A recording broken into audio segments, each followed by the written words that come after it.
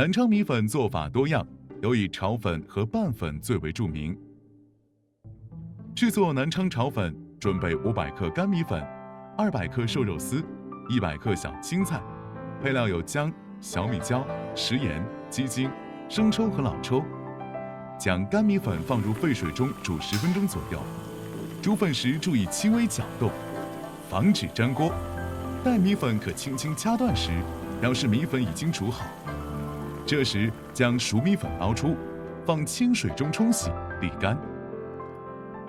起锅放油，6成油温时把姜末、小米椒爆香，紧接着放入瘦肉丝、小青菜，炒至8成熟。再倒入沥干的米粉，加入10克盐、5克鸡精、20克生抽、5克老抽，快速翻炒均匀即可出锅食用。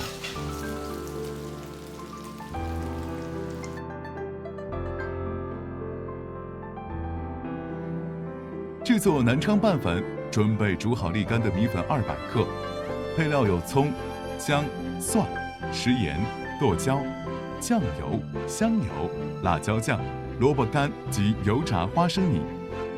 在米粉中加入3克盐、15克酱油、10克香油、5克姜末、5克蒜末、10克剁椒、30克萝卜干、30克花生米、5克葱花、10克辣椒酱，拌匀后即可食用。